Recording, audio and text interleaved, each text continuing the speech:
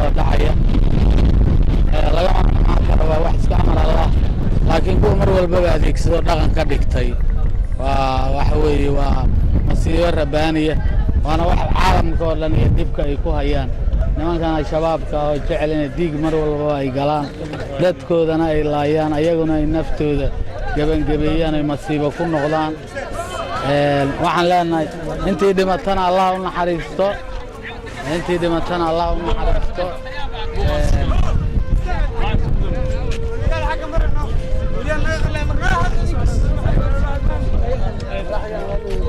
intii dhimatana Allah u naxariisto inta dhaawacantana la bogsiyo waa ka xunahay dadkeena maalin walba in dhibkaan ku dhaco insha Allah waxaan rajaynaynaa insha Allah inay go'aamo fiican iyo talooyin fiican ay ka soo saari doonto dawladdeenu inayna wax ka qaban doonto kuwa mataqaana mar walba dhiiga dadka caadaystana insha Allah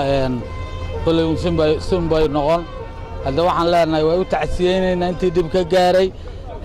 insha Allah inaan wada dadaalno dadkeena ku eegan dibka kuwa ku soo wada iyo kuwa u geysana ayaan rajaynaynaa adinkuna tala fiican iyo tilmaan fiican aad ka bixin ra'yiyaad leedihiin aragtibaad leedihiin aad noqotiin dadkooda la jecel wanaagga iyo horumarka iyo nabadda waxa la dilaa waa adinka iyo adinkoo kale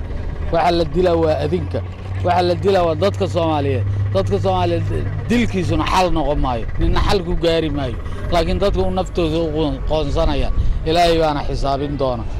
annaguna ka dawlad ahaan insha Allah waxaan rajaynaynaa talooyin fiican iyo go'aamo fiican insha Allah dawladdeena iyo gobolka dhamaanteena annagoo iskaashanayna in wax laga qaban doono hadii waana garan kartaa nin inta gurigan iskula soo xirxira bir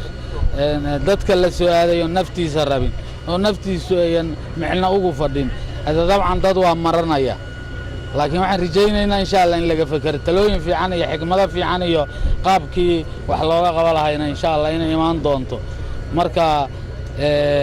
waxaan leenahay samar iyo imaan ka dawlad ahaan iyo ka shacab ahaan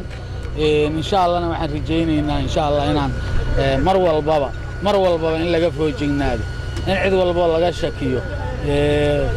cid walba ka shakida war hal iska fiiriyay tirada qoftii ay ka muuqan karto shaki intii dhimatana Allah u naxariisto inta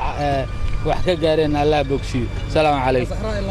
tira ma haysan ma hayo wax tira waa dawad u jeedin shilku way goorey waana shil balaaran oo dawad u jeedin